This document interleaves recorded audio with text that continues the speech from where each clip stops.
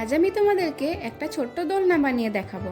এই দোলনা বানাতে গিয়েই মনে পড়লো আমাদের সেই ছোটবেলার দিনের কথা। তখন কতই না দোলনা দুলেছে। তখন তো দোলনায় চাপা নিয়েও প্রতিযোগিতা হতো, কে আগে দোলনায় চাপবে, কে বেশিক্ষণ দোলনায় দুলবে, এগুলোতেই তখন মজা ছিল। যাই হোক, এখন এগুলো বাদ দিয়ে দোলনা বানানোতে ফোকাস করি। আমি এখানে আঠা আর জলের একটা মিশ্রণ বানিয়েছি এবং ওর মধ্যেই দড়িটাকে ভালোভাবে মিশিয়ে নিয়েছি। এবার ওই দড়িটাকে বেলুনের মধ্যে এভাবে পেঁচিয়ে নেব। এবার যখন ওই দড়িটা ভালোভাবে শুকিয়ে শক্ত হয়ে যাবে তখন বেলুন থেকে দড়িটাকে আলাদা করে আমাদের দোলনার মেন অংশটা তৈরি হয়ে গেছে। এবার বানাবো সেই অংশটা যেটা সাপোর্টে দোলনাটা দুলবে। এখানে আমি ঘরে পড়ে থাকা পুরনো একটি তার ব্যবহার করেছি। এর মধ্যেও আমি দড়িটাকে ভালোভাবে পেঁচিয়ে নিয়েছি। আমাদের দুটো জিনিসই এখন তাহলে তৈরি। এবার একটা দড়ির মাধ্যমে দুটোকে একসাথে বেঁধে নেব। এবার একে একে টিস্যু পেপার দিয়ে বানানো ফুল, তারপরে পাখি, এগুলো দিয়ে ডেকোরেশন করেই দোলনাটা কমপ্লিট। এখানে আমি কাঠবাদামের খোসা দিয়ে বানানো কিছু ফুল দিয়েও ডেকোরেশন করেছি। তোমাদের সকলের এই দোলনাটা কেমন লাগলো অবশ্যই কমেন্টে জানিও, এবং ভিডিওটি ভালো লেগে থাকলে লাইক এবং চ্যানেলটি সাবস্ক্রাইব করতে ভুলো না। দেখা হচ্ছে আবার নেক্সট ভিডিওতে।